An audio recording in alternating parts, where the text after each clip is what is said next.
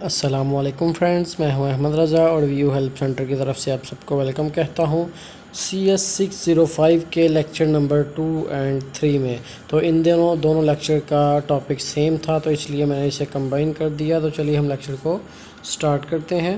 आज के इस लेक्चर में हम कुछ स्टेट्स पढ़ेंगे सॉफ्टवेयर डेवलपमेंट की, कि किस तरह से कोई भी चीज़ जो है वो डेवलप की जाती है। तो सबसे पहले जो उसका लेवल 1 है वो है इनिशियलाइजेशन।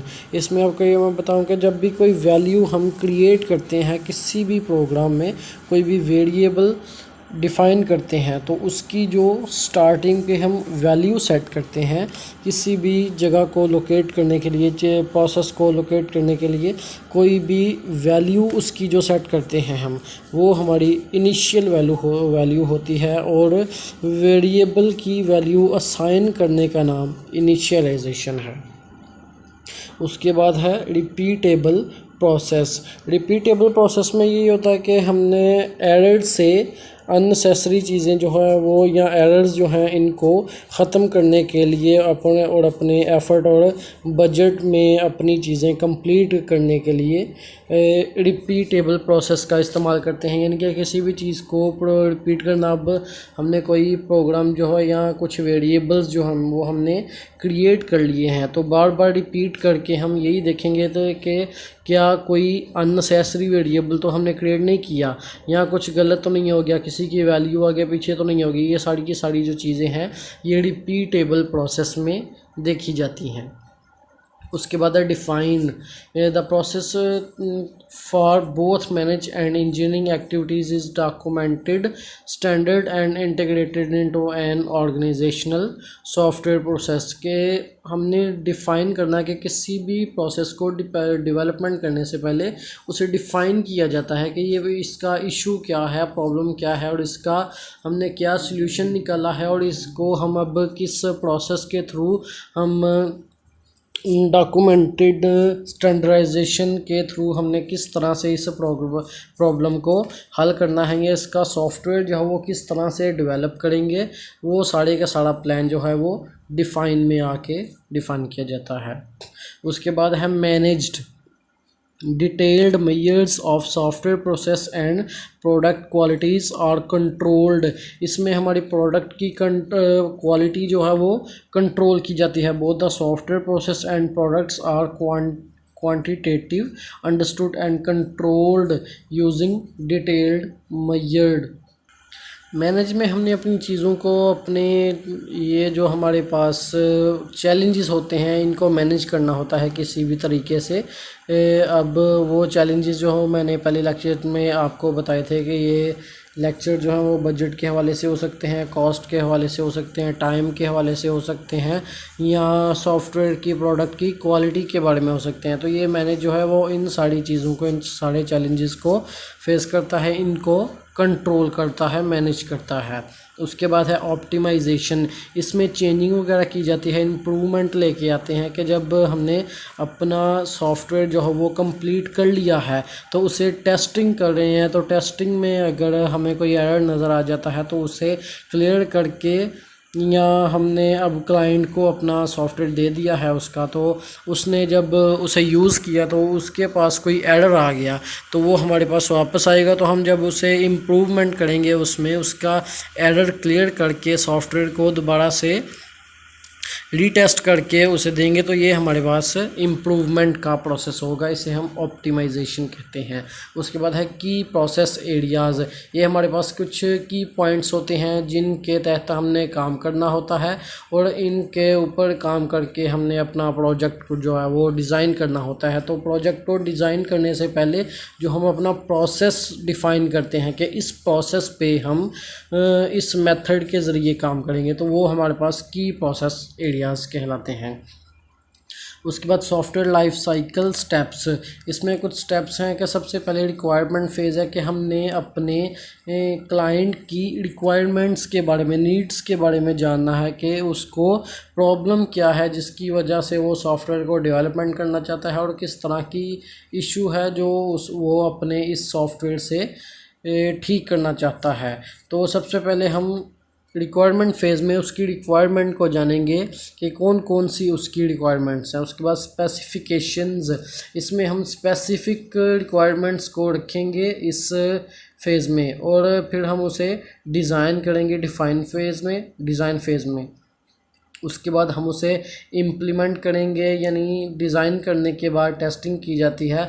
उसके बाद इंटीग्रेशन फेज़ आएगा, फिर मेंटेनेंस में हम इसे चेक करेंगे, टोटली टेस्टिंग करेंगे कि कोई एरर वगैरह तो नहीं रह गया। मेन जो जब हम अपना सॉफ्टवेयर कंप्लीट करके क्लाइंट के हवाले करने लगते हैं तो उससे पहले हमने कुछ चेंजिंग्स करनी होती हैं सारे के सारे ओवरऑल अपने सॉफ्टवेयर को टेस्ट करके। तो ये मेंटेनेंस का फेज़ होगा। रिटायरमेंट के हमारा अब जो सॉफ्टवेयर वो इस्तेमाल करने के काबिल हो गया है, तो वो हम अपना जो सॉफ्टवेयर है वो पास आउट कर देंगे अपने क्लाइंट को। उसके बाद डिफरेंट लाइफ साइकिल मॉडल्स हैं। ये कुछ लाइफ साइकिल मॉडल हैं जो हम थोड़ा डिटेल में अभी पढ़ेंगे। Build and fix model, waterfall model, rapid prototyping model, ये सारे के सारे एक एक करके अभी हम थोड़ा डिटेल में पढ़ते हैं। सबसे पहले बिल्ड एंड फिक्स मॉडल, इसमें होता यही है कि सबसे पहले हमारे पास कोई भी चीज़ बिल्ड की जाती है, बिल्ड फर्स्ट वर्जन, उसकी फ़र्स्ट वर्जन जो है वो बिल्ड की जाती है। उसके बाद उसे मॉडिफाई किया जाता है कि अपने क्लाइंट को सेटिस्फाई करवाते हैं कि ये जो आपका सॉफ्टवेयर है इस तरह का डिज़ाइन होगा, इसका ये डिज़ाइन आएगा, ये प्रोसेस होगा, ये इस तरह से काम करेगा। अपने क्लाइंट को सेटिस्फाई करते हैं, और अगर कोई एरर हो तो हम यहीं पे इसे लूप के ज़रिए ये अपना जो एरर है कोई भी तो उसे ठीक कर लेंगे। तो अगर हमने अपना जो सॉफ्टवेयर है वो क्लाइंट के हवाले कर दिया है और उसके बाद उसने चलाते हुए कोई एरर पकड़ लिया है, तो वो दोबारा से हमें मॉडिफाई के फ़ेज़ में ले आएगा, तो दोबारा से ये लूप चलेगा। तो इस तरह से हम उसका जो एरर होगा वो क्लियर करके दोबारा से मेंटेनेंस फ़ेज़ पे लेके आएंगे, और जब सॉफ्टवेयर जो वो कम्प्लीटली डेवलप हो जाएगा तो उसके बाद इसे रिटायर कर दिया जाएगा। उसके बाद वाटरफॉल मॉडल, इसमें भी होता ये है कि सबसे पहले रिक्वायरमेंट्स के बारे में जानते हैं कि रिक्वायरमेंट्स क्या हैं, उसकी डेफिनेशन क्या है। ये जो रिक्वायरमेंट्स हैं सबसे पहले वही जानते हैं। उसके बाद system and software design, system और सॉफ्टवेयर को हम डिज़ाइन करते हैं, डिज़ाइन करके अपने क्लाइंट को दिखाते हैं, उसे सेटिस्फाई करते हैं। उसके बाद हमारे पास इम्प्लीमेंटेशन एंड यूनिट टेस्टिंग, ये जो हमारे पास सॉफ्टवेयर के छोटे छोटे यूनिट्स होते हैं, फ़र्ज़ करें अब हमने कैलकुलेटर ही बना रहे हैं, तो उसके हमारे पास जो यूनिट होंगे वो प्लस का अलहदा होगा, माइनस का अलहदा होगा, मल्टीप्लाई का अलहदा होगा, डिवीजन का अलहदा होगा, ऐसे हर एक फंक्शन का अलहदा यूनिट होगा। तो इन यूनिट को एक एक करके जब टेस्टिंग की जाती है तो इसे कहते हैं इम्प्लीमेंटेशन एंड यूनिट टेस्टिंग। उसके बाद integration and system testing, system testing में हम अपने सिस्टम को कंप्लीट करके, सॉफ्टवेयर को कंप्लीट करके ओवरऑल जो एंड पे टेस्टिंग करते हैं उसे हम सिस्टम टेस्टिंग कहते हैं। और उसके बाद है ऑपरेशन एंड मेंटेनेंस, उसके सारे ऑपरेशंस को चेक करने के बाद हम मेंटेनेंस की तरफ जाते हैं, उसमें जो कोई चेंजिंग वगैरह करनी होती है चेंजिंग करके तो अपने क्लाइंट को हैंड ओवर कर देते हैं उसका सॉफ्टवेयर। उसके बाद ये कुछ इसी के पॉइंट हैं वाटरफॉल मॉडल के। तो ये वही चीज़ है जो हमने अभी अभी पढ़ी है। तो इसमें होता यही है कि जहाँ पे कोई एरर वगैरह निकल आए तो वो बैक कर देता है इसे। अगर ऑपरेशन मेंटेनेंस में आएगा तो वो इसी हिस्से में आएगा। और अगर सिस्टम टेस्टिंग हमने चेक करनी है, सिस्टम टेस्टिंग में कोई प्रॉब्लम आ रही है तो उसे हम यूनिट्स में डिवाइड कर देंगे। तो डिवाइड करेंगे तो हम यूनिट टेस्टिंग में आ जाएंगे।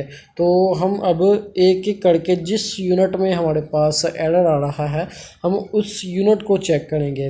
अब उस यूनिट को चेक करने के लिए हमारे पास हम आएंगे वापस डिज़ाइन के फ़ेज़ में कि हमने इसे डिज़ाइन किस तरह का किया है, क्या इसके डिज़ाइन में कोई प्रॉब्लम है जिसकी वजह से हमारी यूनिट टेस्टिंग में प्रॉब्लम आ रही है। और डिज़ाइन से पहले हम जाएंगे रिक्वायरमेंट में कि हमें हमारे क्लाइंट ने कौन सी रिक्वायरमेंट दी थी और इसके हिसाब से हमने क्या डिज़ाइन किया है और कहाँ पे हमारा एरर आ रहा है। तो ये सारे का सारा वाटरफॉल मॉडल है। उसके बाद है रैपिड प्रोटोटाइपिंग मॉडल। अब रैपिड प्रोटोटाइपिंग मॉडल भी सेम ही है, सिर्फ इसमें स्टार्टिंग में ये चेंजिंग है कि इसमें 3D चीज़ों की प्रिंटिंग की जाती है रैपिड प्रोटोटाइपिंग मॉडल में। उसमें 2D की थी या किसी भी और डिज़ाइन की हो सकती थी, लेकिन यहाँ पे 3D ऑब्जेक्ट्स को प्रिंट किया जाता है। तो ये हमारे पास रैपिड प्रोटोटाइपिंग कहलाता है मॉडल। बाकी सारे का सारा ये उसका पिछले वाला ही है, रिक्वायरमेंट्स को जानना, सिस्टम टेस्टिंग करना, इम्प्लीमेंट का यूनिट टेस्टिंग करना, फिर होल सिस्टम को हमने टेस्टिंग करना है, उसके बाद ऑपरेशन एंड मेंटेनेंस है, ये सारे का सारा वही प्रोसेस है। उसके बाद लाइफ साइकिल, ये हमने पिछले भी लेक्चर में पढ़ा था कि ये हमारा ऑर्गेनाइजेशन की एक्टिविटीज़ को सॉल्व करने के लिए जो हम तरीका इस्तेमाल करते हैं, ये हमारे पास लाइफ साइकिल कहलाता है। उसके बाद है इंक्रीमेंटल मॉडल। तो इसमें सबसे पहले यही क्या है, रिक्वायरमेंट फेज़ में हमने वेरीफाई करना है कि हमारे पास कौन कौन से रिक्वायरमेंट्स हैं। उसके बाद स्पेसिफिकेशन में आएंगे तो स्पेसिफिक जो हमारे पास रिक्वायरमेंट्स होंगी उनको हम सिलेक्ट करके अपना एक आर्किटेक्चरल डिज़ाइन तैयार करेंगे। उसके बाद for each build perform detail design implementation and integration test deliver to client, ये सारे का सारा वही प्रोसेस है कि अब हम इसे यूनिट टेस्टिंग करेंगे, फिर सिस्टम टेस्टिंग करेंगे, उसके बाद इम्प्लीमेंटेशन करेंगे, मेंटेनेंस में आके जो चेंजिंग वगैरह होंगी वो करेंगे, और उसके बाद फाइनल टेस्ट के बाद हम अपना जो सॉफ्टवेयर है वो क्लाइंट को हैंड ओवर कर देंगे। और ये वही चीज़ है, अगर मेंटेनेंस में कोई एरर वगैरह निकल रहा है तो दोबारा इसी फेज़ में हमारा प्रोसेस आ जाता है, और अगर मेंटेनेंस से क्लियर हो जाए तो हमारा जो सॉफ्टवेयर है वो रिटायर होके क्लाइंट को हैंड ओवर कर दिया जाता है। ये वही है जो हमने पीछे पढ़ा था। आज की इस लेक्चर का भी अख्ताम हो चुका है। अगर आपको ये वीडियो अच्छी लगे तो इसे लाइक कीजिए, सब्सक्राइब कीजिए, और मुझे भी अपनी दुआओं में याद रखिए। अल्लाह हाफ़िज़।